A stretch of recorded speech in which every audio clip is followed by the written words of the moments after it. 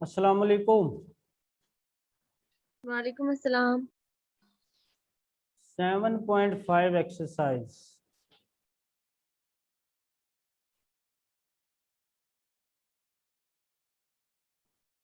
Question number 7। Question number 7 पे हम पहुंच भी गए। थोड़ा सा बेटा आप चेयर को दूर करिए। मास्क पहनो जवान।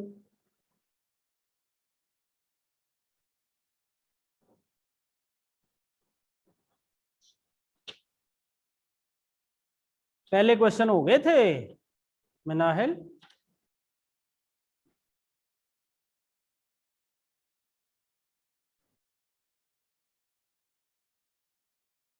हैं मिनाहिल दो दो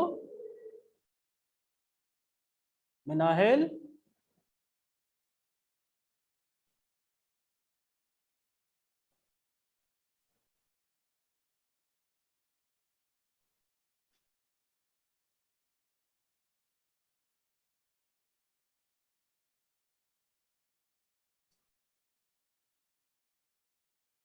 मिनाहिल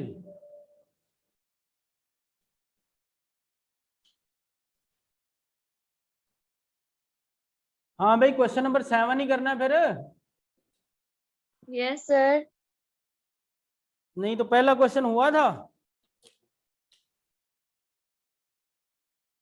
सर आपने सिर्फ फर्स्ट कराया था। मैंने तो फर्स्ट भी नहीं कराया था, सिर्फ बताया था। यस सर बताया था सिर्फ। हाँ चलें। स्केलर ट्रिपल प्रोडक्ट 1 जो है उसका सेकंड पार्ट जो उसमें स्केलर ट्रिपल प्रोडक्ट लिखेंगे और वही वॉल्यूम होगा। 2 जो है उसमें वेरीफाई करना है और 3 में कोप्लेनर की बात करता है। कोप्लेनर देखो, डॉट प्रोडक्ट हमने पढ़ा ना, तो अगर डॉट प्रोडक्ट 0 तो वेक्टर होते हैं परपेंडिकुलर, क्रॉस प्रोडक्ट 0 तो वेक्टर होते हैं पैरेलल, और अगर स्केलर ट्रिपल प्रोडक्ट 0 तो वेक्टर्स होते हैं coplanar. Coplanar mean lie in the same plane. और उसके बाद फिर क्वेश्चन नंबर 6 है ना, उसमें वॉल्यूम ऑफ टेट्राहेड्रॉन है। तो ऐसा करते हैं 6 जो है उसको ट्राई करते हैं।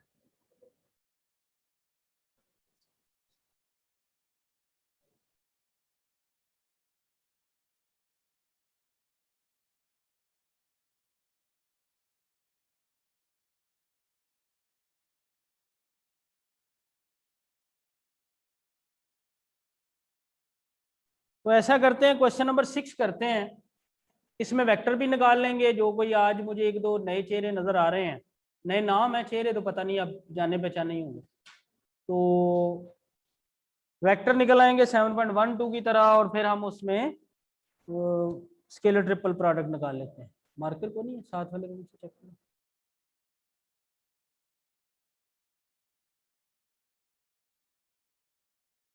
टेट्राहेड्रॉन ऐसी फिगर होती है जिसके 4 फेसेस होते हैं। जैसे कमरा होता है ना, उसके 6 फेसेस होते हैं, इसी तरह टेट्राहेड्रॉन के 4 होते हैं। पेज 361 पे तो इन चारों फेसेस पे एक ट्रायंगल होती है, आप उसको देख सकते हैं। उसके वॉल्यूम की बात करता है, तो उसके वॉल्यूम के लिए हमें स्केलर ट्रिपल प्रोडक्ट चाहिए। तो अगर हमने पहले नहीं निकाला स्केलर ट्रिपल प्रोडक्ट तो यहाँ उसको सीख भी लेते हैं।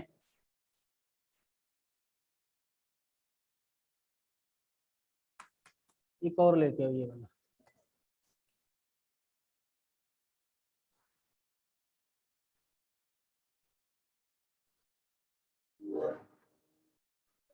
Question number 6 part 2।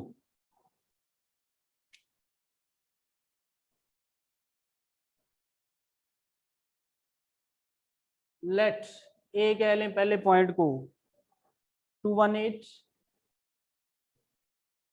है। Thank you. 329 और सी 214 और डी 3310। अगर आप 361 पेज निकालो तो वहां पर भी ABCD दिया हुआ, उसी डायग्राम से आपको हेल्प आउट कर रहा हूं। एक वेक्टर U है AB, वेक्टर V है AC और वेक्टर W है AD। हम भी यही निकालते हैं, ABC भी रख सकते हो लेकिन बेहतर है U ही लिखे। तो U is equal to AB vector कैसे निकलता है, B का पोजीशन वेक्टर माइनस A का। ये जो पॉइंट है इसको वेक्टर शक्ल दे देते हैं स्क्वायर ब्रैकेट वाले, और फिर A का 218। तो जब हम इसको सेपरेट करेंगे तो ये आ जाएगा 3 - 2 1i, 2 - 1 1j और 9 - 8 1k। बच्चों क्या ये यूनिट वेक्टर है? Yes sir. नो। मैंने कब बताया कि कंपोनेंट 1 हो तो यूनिट वेक्टर होता है, मैग्नीट्यूड 1 हो तो यूनिट वेक्टर होता है। इसकी मैग्नीट्यूड बनती है 3 स्क्वायर रूट। धोखा खा गए तो इसलिए याद रखना है, बोर्ड के पेपर में भी ऐसा आ जाता है, एंट्री टेस्ट में भी।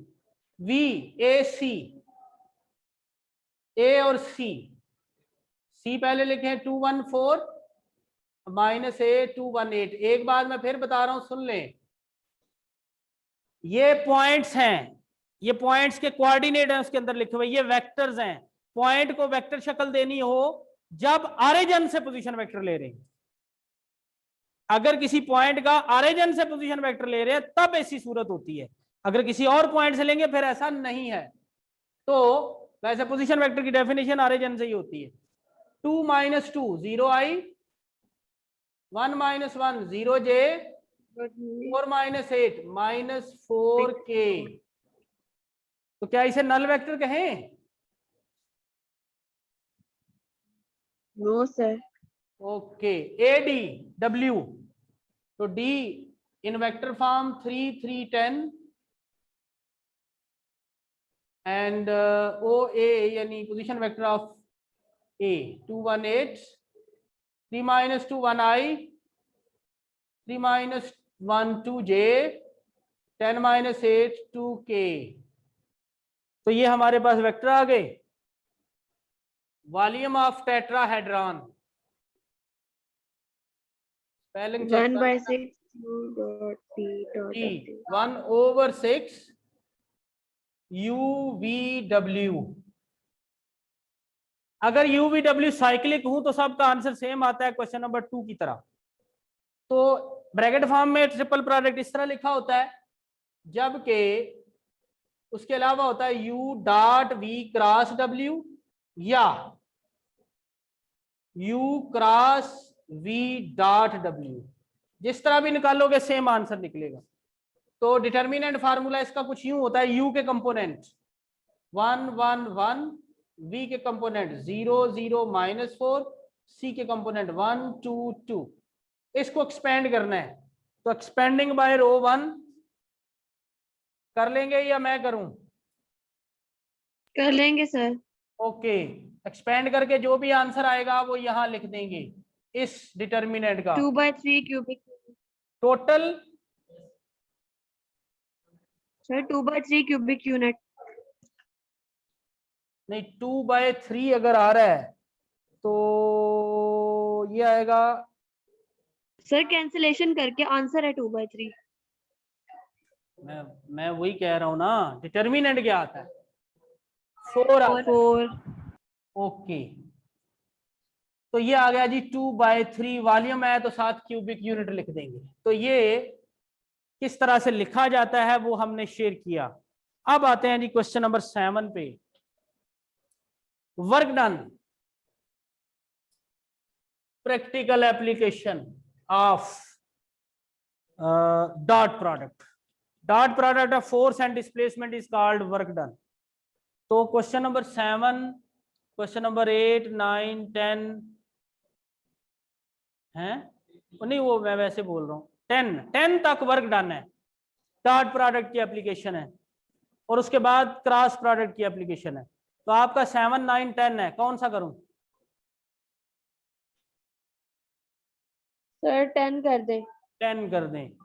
7 में वेक्टर 1 है, 9 फोर्स, 9 में 2 है, 3 है, और 10 में वेक्टर ही को नहीं दिया हुआ, सिर्फ कंडीशन दी हुई है तो मैं साथ साथ आपको गाइड करूंगा कि 7 में क्या होगा, 9 में क्या होगा। तो 10, a force of magnitude 6, force की मैग्नीट्यूड 6 है, एक्टिंग पैरेलल टू, उसे V कह लें।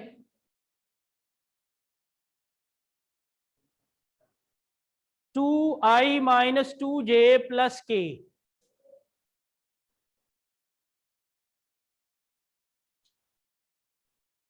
यहां एक फोर्स है F, यहां वेक्टर है V, ये V वेक्टर है, तो ये पैरेलल है, इन दोनों का यूनिट वेक्टर सेम होगा, यूनिट वेक्टर, क्योंकि पैरेलल का यूनिट वेक्टर सेम होता है, इवन एंटी पैरेलल का भी बस डायरेक्शन का फर्क होता है। तो नॉन पैरेलल का यूनिट वेक्टर सेम नहीं होता। तो सवाल बन गया ना यहाँ पे, क्या पैरेलल वेक्टर्स का यूनिट वेक्टर सेम होता है? क्यों भाई? Yes sir. और क्या एंटी पैरेलल का वेक्टर सेम होता है, यूनिट वेक्टर सेम होता है? वेक्टर सेम होता है लेकिन डायरेक्शन ऑपोजिट होती है, यानी एक ही जगह पे बनता है कि डायरेक्शन में बनता है, यूं कह लें एग्जैक्टली सेम नहीं होता कि V का यहाँ पे है, F का यहाँ पे है, तो पोजीशन का तो फर्क होगा लेकिन मैग्नीट्यूड 1 ही होगी और डायरेक्शन भी सेम होगी। तो हम ये कह सकते हैं कि पैरेलल वेक्टर के जो यूनिट वेक्टर होते हैं वो भी पैरेलल होते हैं, मैग्नीट्यूड यूनिट वेक्टर की 1 ही होती है, तो मैग्नीट्यूड सेम, डायरेक्शन सेम, लेकिन जगह डिफरेंट हो सकती है। अच्छा, अब इसका मतलब ये हुआ, यहां से हम कह सकते हैं कि F का यूनिट वेक्टर और V का यूनिट वेक्टर ये क्या है, सेम। तो V के यूनिट वेक्टर का फार्मूला क्या होता है, vector V over its magnitude. तो वेक्टर V हमारे पास मौजूद है, उसकी मैग्नीट्यूड निकाल लें, 2 स्क्वायर माइनस 2 स्क्वायर 1 स्क्वायर, तो ये आ गया आपके पास कितना, 4 + 4 + 1 3 आ गया है? अच्छा, जी सर। वेक्टर V आया 2i minus 2J plus 1K over 3, तो 2 over 3i 2 over 3J plus 1 over 3K, ये हमें मिला F यूनिट वेक्टर। शॉर्ट भी है इसका लेकिन मैं प्रॉपर बता रहा हूं। अब मुझे चाहिए वेक्टर F, तो वेक्टर F जो होता है वो क्या होता है, वेक्टर F की मैग्नीट्यूड और इसका यूनिट वेक्टर। वेक्टर F की मैग्नीट्यूड क्या दी हुई है, 6, और यूनिट वेक्टर ये आ गया 2 over 3i 2 over 3J plus 1 over 3K। तो इसको जब 3 कॉमन लेके कैंसिल कर दो तो ये आ जाएगा 4i minus 4J plus 2K। क्या हमें F वेक्टर मिल गया? जी सर। ओके, सवाल में वापस आते हैं। The point of application from 1 2 3 2 5 3 7, ये एक पॉइंट है, इसे हम ए कह देते हैं। यहां पे एक ऑब्जेक्ट पड़ा हुआ है, इस पे फोर्स लग रही है, पॉइंट ए क्या है जी, और इसको मूव करके डब्बा यहां पे आ गया पॉइंट बी पे 5 3 7। तो ये जो इसके दरमियान में डिस्प्लेसमेंट है वो हमें चाहिए। तो जो आपका 9 क्वेश्चन है वो एग्जैक्टली ऐसे ही है, फोर्स दी हुई है, सवाल को चेक करें, 2 पॉइंट दिए हुए हैं, उनके दरमियान में डिस्प्लेसमेंट निकाल लेना है। तो इससे यूं समझें कि इससे आगे आगे 9 वाला स्टार्ट हो गया। तो D is equal to A B का position vector, A minus A का पोजीशन वेक्टर, सब्ट्रैक्ट कर दो, D is equal to 4i plus 1J plus 4K। तो ये बच्चों डिस्प्लेसमेंट मिल गया, फोर्स ऑलरेडी हमने निकाल चुके हैं। लेकिन याद रखें क्वेश्चन नंबर 9 यूं समझें कि यहां से वो स्टार्ट हो रहा है, उसमें ऐसे ही फोर्स दी हुई है, ऐसे ही आप डायग्राम बेशक बना लें, डी निकाल लें, तो जो काम आगे चल रहा है वो 9 में होगा। एक बात तो, सॉरी 9 बोल रहा हूं, नहीं 7, गलत बोला मैंने, 7 यहां पर मैंने 9 लिख दिया गलती से, 7। फोर्स दी हुई है, पॉइंट दिए हुए हैं, डिस्प्लेसमेंट निकाल के आगे इसी तरह करेंगे, जो आगे थोड़ा सा रह गया करने वाला। एक बात, जो आपका 9 क्वेश्चन है उसमें 3 फोर्सेज है, तो 3 फोर्सेज को इकट्ठा करेंगे तो एक नई रिजल्टेंट फोर्स आएगी। तो वो इससे पहले समझ लें आप 10 क्वेश्चन के लिए, 10 ही है ना, 10 तो मैं कर रहा हूं, 9 है, 9 के लिए एफ किसके बराबर होगा, F1 plus F2 plus F3। और फोर्स चूंकि वेक्टर है, वेक्टर कैसे ऐड होते हैं, कंपोनेंट्स को आपस में ऐड करते हैं, आई वाला यानी एक्स कंपोनेंट, फिर वाई कंपोनेंट, फिर जेड कंपोनेंट को ऐड करके एफ मिल जाएगा।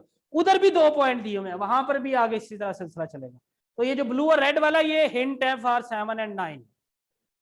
अब हमने वर्क डन निकालना है, तो वर्क डन का formula dot product of force and displacement. तो फोर्स हमारे पास है 4i minus 4j plus 2k dot 4i plus 1j plus 4k। तो i वाले का i के साथ 16i dot i minus 4j dot j। Total terms निकलती हैं 9, उनमें से 6 जीरो हो जाती हैं, 3 बचती हैं, वो 3 लिखी हैं, 16 इंटू 1, 4 इंटू 1, 8 इंटू 1। सिंप्लीफाई करें तो कितना आ जाएगा, 20। वर्क डन है, वर्क डन की यूनिट होती है joule, newton metre. Joule physics में यूज करते हैं, यहां न्यूटन मीटर कर लें या सिर्फ यूनिट्स लिख लें। ये वर्क डन निकला है। अब जो इससे आगे सवाल हैं, मोमेंट ऑफ वो जो क्या कहते हैं टार्क वाले, मोमेंट ऑफ फोर्स वाले, 11, 14, 15 इंक्लूडेड हैं। तो इन तीनों सवालों को गौर से देखें, या तो एक फोर्स है या एक से ज्यादा है, तो उनको इकट्ठा कर लेंगे। तो मेरे हाल में सब में एक एक ही, 11 में भी एक है, 14 में भी एक है, नहीं 14 में 3 है, तो चलो 14 वाला कर लेते हैं। Find the moment of force about A. ये अबाउट क्या है इसके बारे में बात करते हैं, लेकिन पहले force.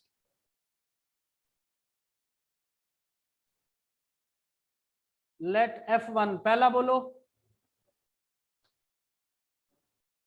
1i minus 2j plus 0k। F2 दूसरी force, 3i plus 2j minus 1k तीसरी,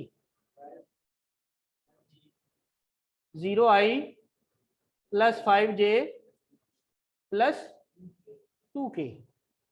तो मैंने जैसा यहाँ 9 के लिए बोला था, वैसे ही 14 के लिए हमें एक फोर्स चाहिए, 3 दी हुई है, उनका रिजल्टेंट निकाल लेंगे, F1 plus F2 plus F3। Direct लिख सकते हो आप, 1i 3i 0i 4i हो गया, माइनस 2j प्लस 2j गया, 5j रह गया, 0k minus 1k plus 2k तो प्लस 1k रह गया। ये फोर्स मिल गई। अब इसमें क्या कहानी है, अगर आप देखो 11, 12, 13, 14, 15 हर सवाल में एक वर्ड है अबाउट लिखा हुआ है कि नहीं?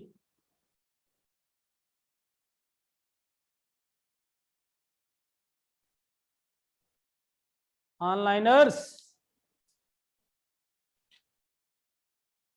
यस सर है। हर सवाल में अबाउट है ना? जी सर।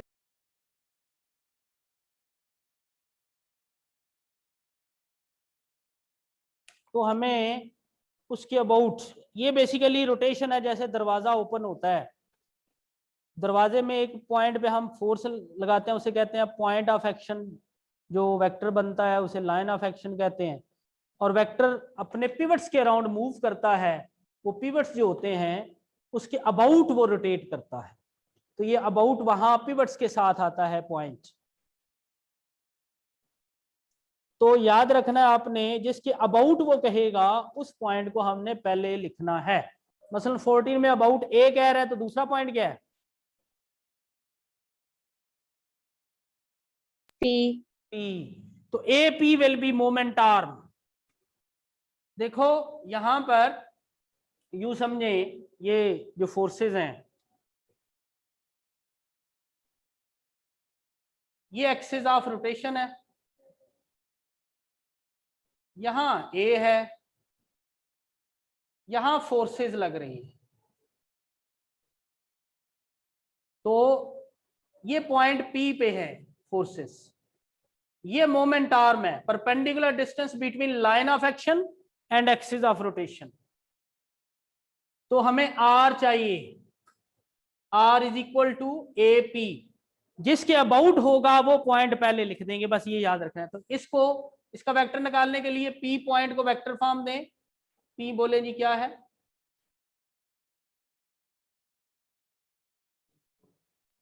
2 0 1 और ए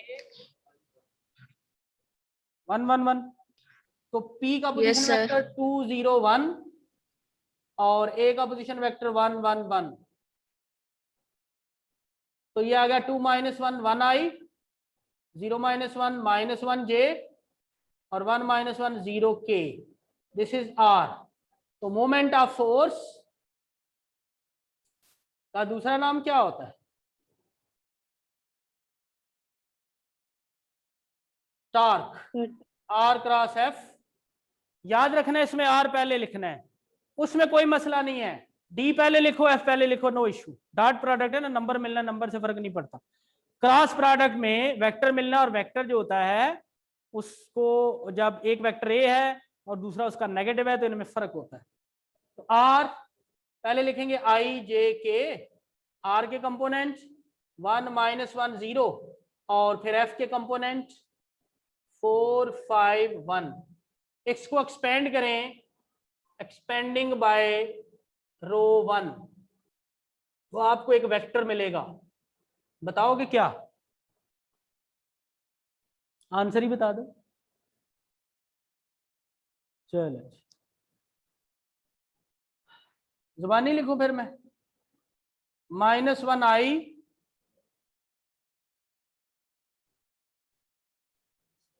-1 जे, वोट तो रहने दे यार ना, आसान कर मेरे बोलो, +9 के, +9 के।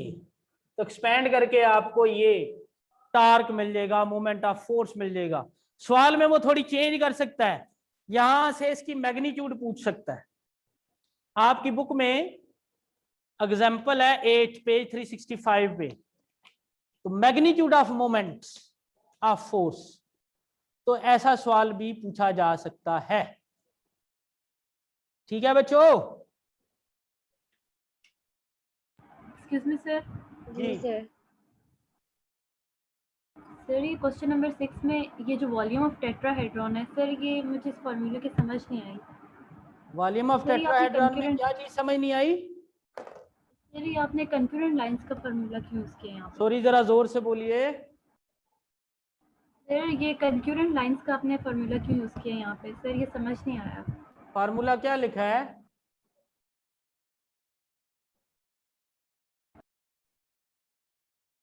सर x1 y1 और ABC वाला सर, ये कंकरेंट लाइंस वाला फॉर्मूला। कंकरेंट लाइन, किस सवाल की बात कर रहे हैं, मैं टेट्राहेड्रॉन की बात कर रहा हूँ, आप moment of force question number जी। क्वेश्चन नंबर 6 की बात कर रही हूँ सर। ये जो फॉर्मूला लगाया है सर इसमें आपने, कंकरेंसी कहाँ है, फॉर्मूला तो कंकरेंट लाइंस वाला है ना है नहीं, किसने कहा है, सर? ये समझ नहीं आया सर, ये बता देना। नहीं वो बता देते हैं हम। असल में मुझे ना, आपको मेरी आवाज क्लियर आ रही है, जी सर। लेकिन मुझे क्लियर नहीं आ रही ना।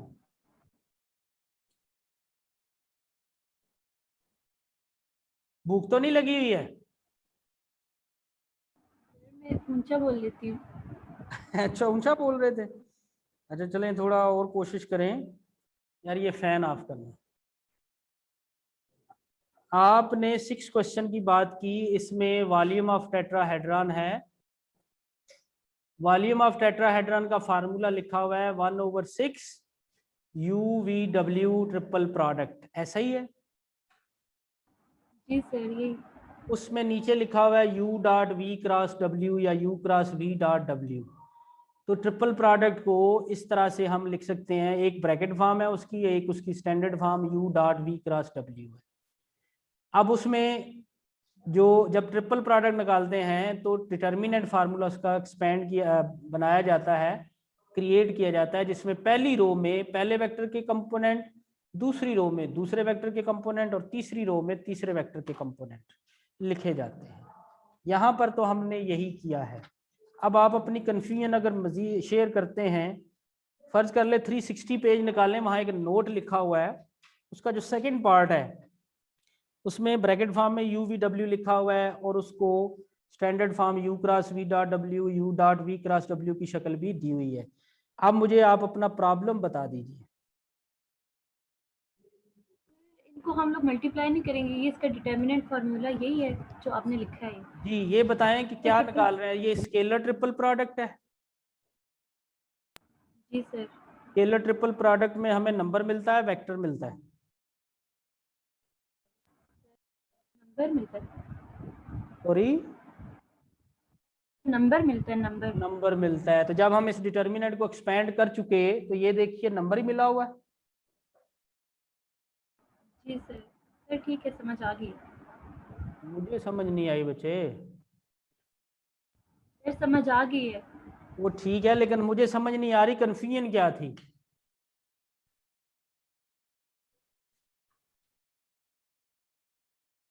अल्लाह अकबर। मैं आपको नहीं समझा सकती सर, बस समझ आ गई है मुझे। ओके ओके, चले खुश रहें। समझाना वैसे आना चाहिए, ये चीज़ें भी हम सिखाते हैं। बहरहाल कहीं अल्लाह करे क्लासेस यहाँ फिजिकली लगे, फिर बात मजीद की जा सकती है। नेक्स्ट टाइम जी हमने चैप्टर 6 स्टार्ट करना है। सर 6 फिजिकल क्लास नहीं है जी इसाक बोलो।